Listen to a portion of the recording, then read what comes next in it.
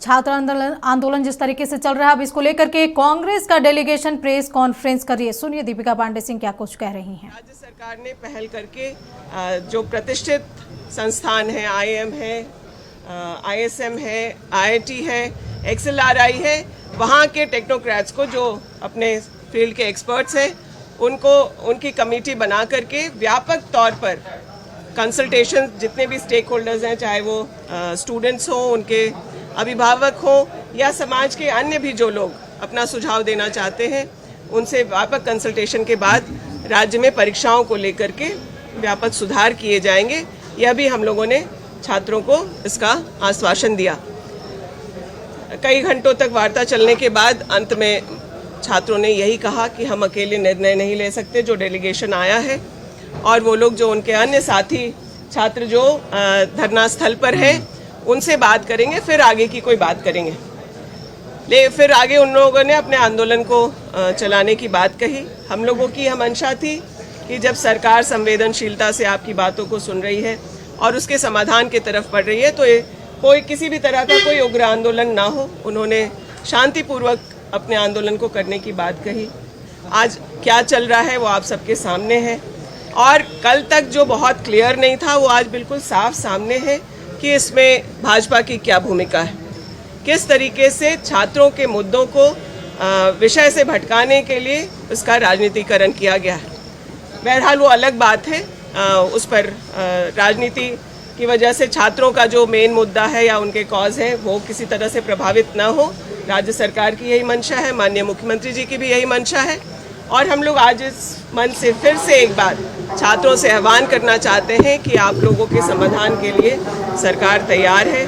जो राज्य सरकार की कैपेसिटी में जो बातें हैं उन सभी बातों को हम लोगों ने मानने का काम किया है और अन्य जो बातें हैं वो क्योंकि जुडिशरी इन्वॉल्व है तो उसमें जो प्रक्रिया है उसको आगे देखा जाएगा। फिलहाल इस मंच से, मीडिया के माध्यम से हम सभी कांग्रेस के जो मिनिस्टर्स हैं यह अपील करते हैं छात्रों से कि आप लोग अपने मुद्दों से ना भटकें, किसी तरह की राजनीति का शिकार ना हो और संवाद में विश्वास रखें। संवाद से ही समाधान निकलेगा।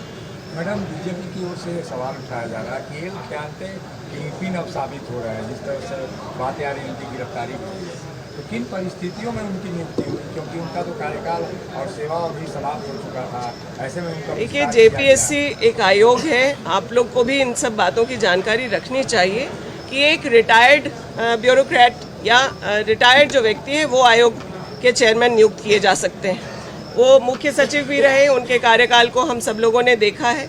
कोई इस तरह की बात नहीं थी जिस पर राज्य सरकार को कोई आशंका होनी चाहिए थी।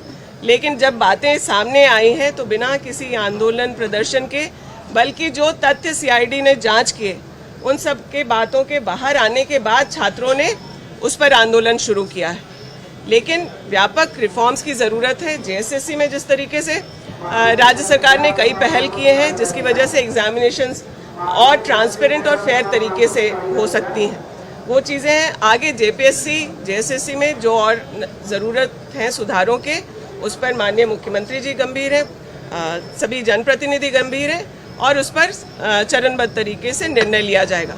उसके लिए स्टूडेंट से कंसल्टेशन और एक उसके लिए हाई लेवल कमेटी बनाने की बात हम लोगों ने छात्रों से कमिट किया है और उसके लिए हम लोग कमिटेड हैं। सुबह से लाठीचार्ज भी चल रहा है। आप लोग सुबह से इस आंदोलन को देख रहे हैं। कई सारे शांतिपूर्वक आंदोलन का छात्रों ने कमिट किया था। कई सारे बैरियर्स जो लगे थे छात्रों ने उसको तोड़ा और विधानसभा तक आने का उनको जो है प्रशासन ने उसमें सहयोग किया। कहीं कोई हिंसा की कोई बात नहीं हुई। लेकिन यहाँ आने के बाद सदन चल रहा है, जो प्रशासन का व्यवस्था है उसके तहत हल्की लाठीचार्ज की बात आई है, कुछ पुलिस वालों के घायल होने की बात आई है। ये तमाम बातें राज्य सरकार बिल्कुल भी नहीं करना चाहती थी, लेकिन यहाँ की व्यवस्था को देखते हुए कुछ कदम उठाए गए।